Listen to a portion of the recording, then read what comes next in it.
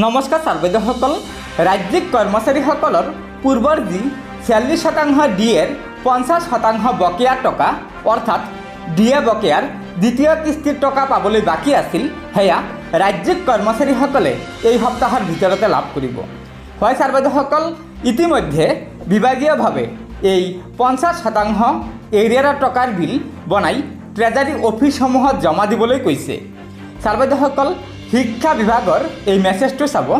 এই মেছেজৰ জৰিয়তে কৈছে যে জুলাই ২০২৩-ৰ পৰা নৱেম্বৰ ২০২৩-ৰ ৪০% ডিএৰ দ্বিতীয় কিস্তিৰ বিল বনাবলৈ কোৱা হৈছে আৰু এই ডিএ বকেয়াৰ গণনা পত্ৰ অৰ্থাৎ কেলকুলেশ্যন শ্বীট ১৮/৪/২০২৪ তাৰিখ বা তাৰ আগতে পে'মেণ্ট শাখাত জমা কৰিবলৈ নিৰ্দেশনা দিয়া হৈছে।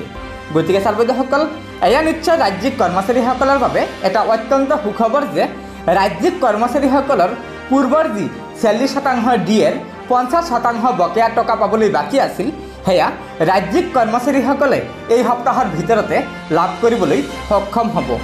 গতিকে ছাৰবাইদেউসকল, এয়া নিশ্চয় ৰাজ্যিক কৰ্মচাৰী আৰু পেঞ্চনাৰসকলৰ বাবে এটা অত্যন্ত সুখবৰ।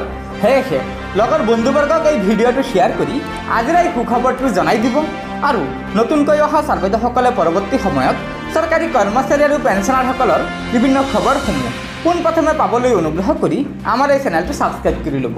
গতিকে আজিৰ ভিডিঅ'টো ইয়াতে সমাপ্ত কৰিলোঁ। ধন্যবাদ। জয় আই অসম।